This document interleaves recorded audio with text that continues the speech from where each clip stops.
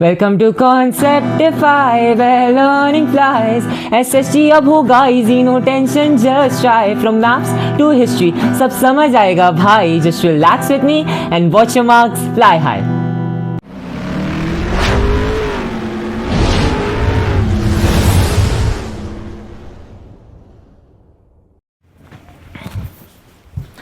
Hello class 10 के वासियों, मेरा नाम है युग और स्वागत करता हूँ आपका कॉन्सेप्टिफाई में।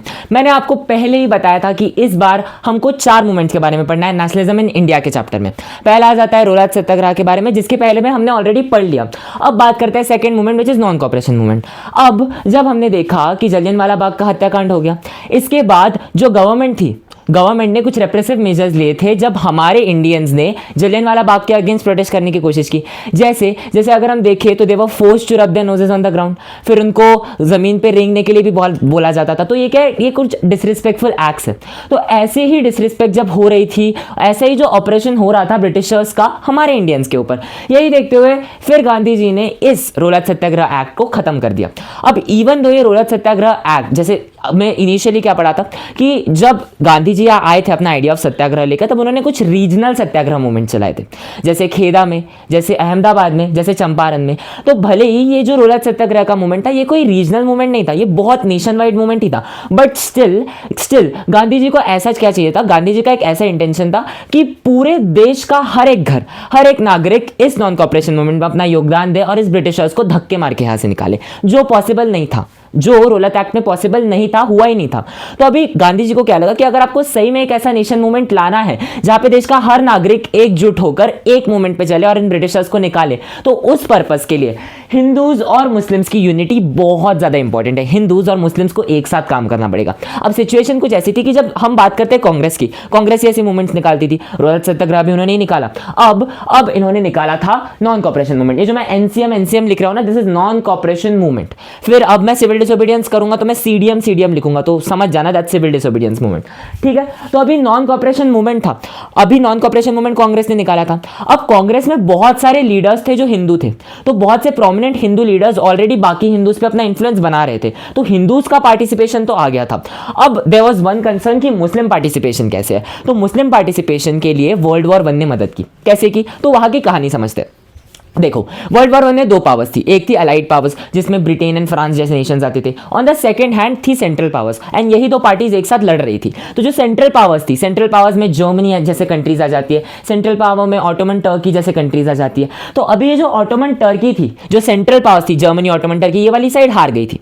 अब ये वाली साइड हार गई, तो जो अलाइड पावर्स थे ये क्या बोल रहे थे, ये इन सेंट्रल पावर्स को रिस्पॉन्सिबल समझ रहे कि तुम्हारे वजह से ही वॉर हुआ है, तो इसलिए अभी वॉर में जितना भी नुकसान हुआ है सबका भरपाई तुम्हें करना पड़ेगा। अगर तुमने क्लास 9 का नाजिज्म वाला चैप्टर बहुत अच्छे से पढ़ा होगा तो उसमें क्लियरली मेंशन था कि जो वर्ल्ड वॉर 2 स्टार्ट हुआ था, वर्ल्ड वॉर 2 स्टार्ट होने का कारण था, बहुत मेजर कारण था, ट्रीटी ऑफ वर्साइलिस, जो इन्हीं अलाइड पावर्स के द्वारा हमारे सेंट्रल पावर्स की जर्मनी पे लगाई थी, जिसकी वजह से जर्मनी की हालत बहुत ज्यादा खराब हो गई। उन पर बहुत बड़ा एक वॉर, मतलब बहुत बड़ी एक पेनल्टी लग गई, क्योंकि उन्हीं को रिस्पॉन्सिबल समझा था कि तुम्हारे ही वजह से वर्ल्ड वॉर 1 की सिचुएशन आई है, तो उनको पेनल्टी लग गई। उन्होंने बहुत सारे टेरिटरीज लॉस्ट की, वहां के लोगों की जो कंडीशंस थी वो बहुत ज्यादा खराब हो गई थी, है ना। उनका एक राइनलैंड नाम का लैंड था जो बहुत रिसोर्स रिच लैंड था, उनसे वो जब छीन लिया गया।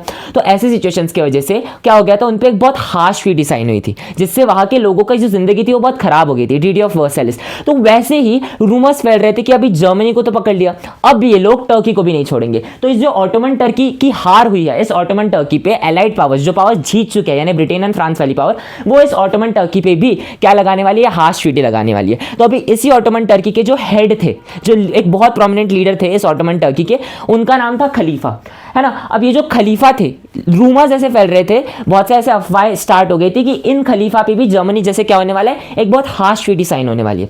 नाउ द प्रॉब्लम वाज, ये जो खलीफा थे ये बस टर्की के रूलर नहीं थे, ये पूरे जो दुनिया है, पूरे दुनिया के जितने भी इस्लामिक लोग हैं, जितने भी लोग मुस्लिम हैं जो इस्लाम धर्म को फॉलो करते हैं, ये सारे मुस्लिम लोगों के हेड थे। मतलब अगर इनके साथ कुछ बुरा हो रहा है, यानी पूरे इस्लाम कम्युनिटी को डिसरिस्पेक्ट किया जा रहा है, मतलब अगर इनके साथ कुछ होता है, यानी यू आर डायरेक्टली और indirectly affecting the entire Muslim community. तो इसीलिए भारत में भी बहुत ज़्यादा मुस्लिम थे।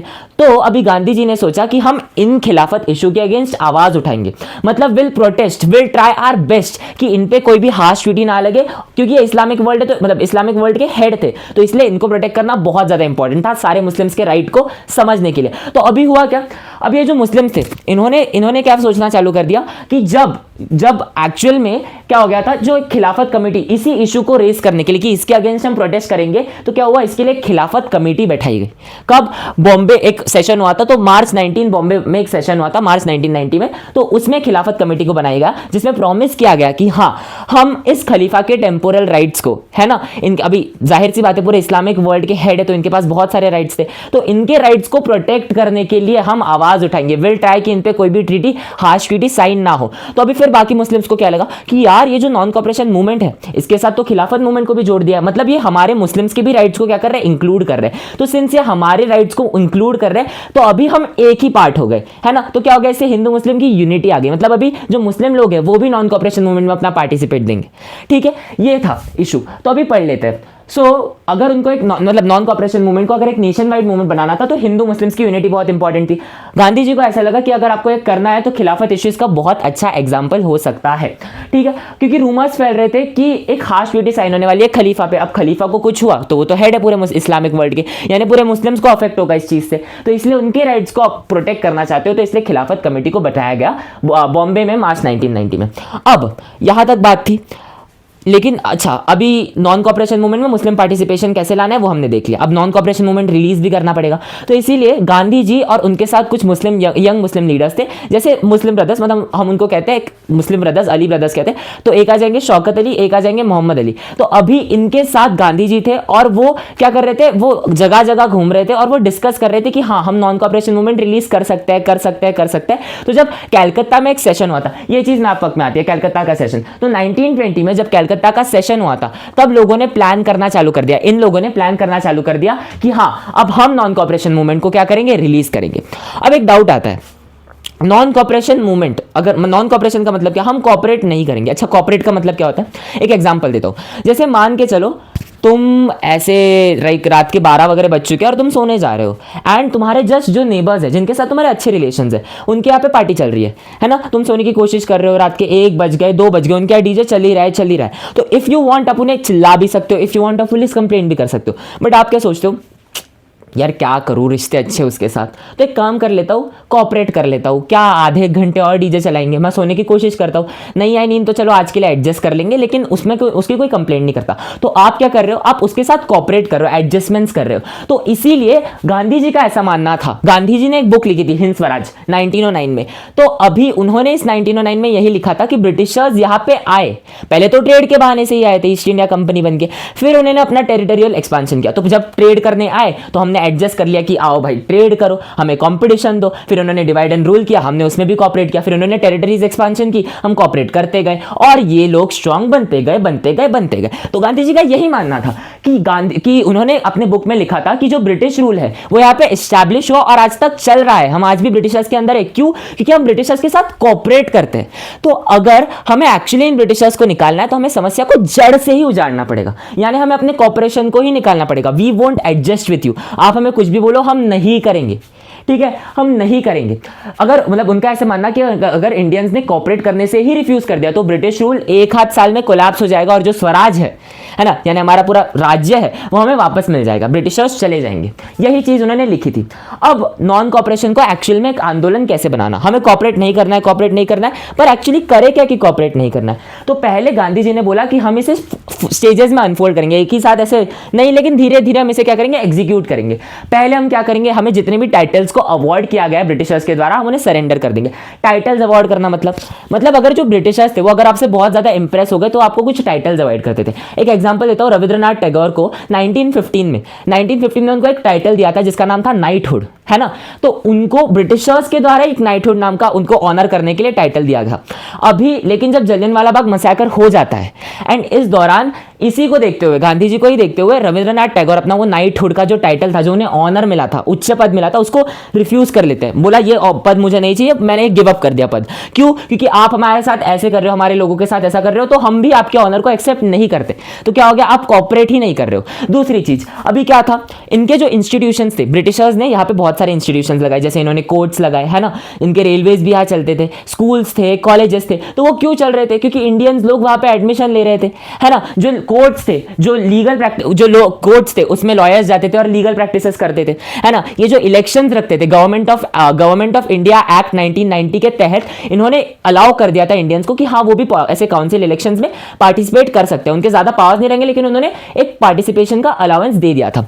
तो इसीलिए काउंसिल इलेक्शंस में इंडियंस बहुत एंथुसियास्टिकली पार्ट करते थे, ठीक है। लेकिन ये किसके द्वारा एस्टैब्लिश था? ब्रिटिशर्स के द्वारा। जो लीगल प्रैक्टिसेस थे, जो कोर्ट्स थे, वो किसके थे? ब्रिटिशर्स के। जो स्कूल्स थे, कॉलेजेस थे, किसके थे? ब्रिटिशर्स के थे। तो इसीलिए गांधी जी ने बोला कि ये चल रहे हैं क्योंकि हम यहाँ पे काम कर रहे हैं, हम इन्हें चला रहे हैं, तो हम क्या कर देंगे, इन सारी चीज़ों को बॉयकॉट कर देंगे। मतलब अगर कोई बच्चा स्कूल जा रहा है तो वो स्कूल नहीं जाएगा, कोई टीचर पढ़ाने जा रहा है वो नहीं पढ़ाएगा, कोई लॉयर वहाँ लीगल प्रैक्टिस करने कोर्ट जा रहा है तो वो नहीं करेगा। अब इंस्टीट्यूशन में कोई लोग काम ही नहीं करेंगे। तुम्हारी स्कूल की बात करो, कोई स्कूल जाएगा ही नहीं तो स्कूल ऑटोमेटिकली बंद हो जाएगा। टैक्टिक नहीं दे रहा हूं, स्कूल जाना है, ठीक है।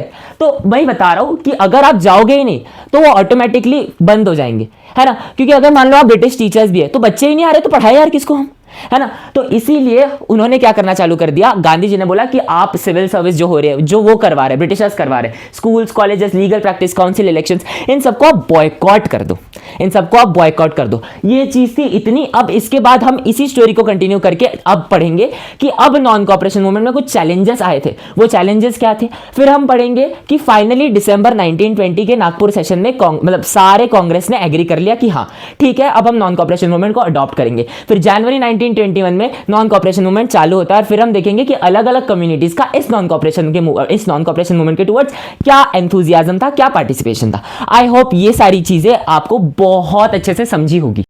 अभी इसी का एक कंटिन्यूएशन पार्ट आ जाता है, वो मतलब अब हम यहाँ तक क्या पढ़ेंगे, अब हम ये पढ़ेंगे कि अब नॉन कॉपरेशन मूवमेंट लॉन्च होने तक की कहानी क्या थी।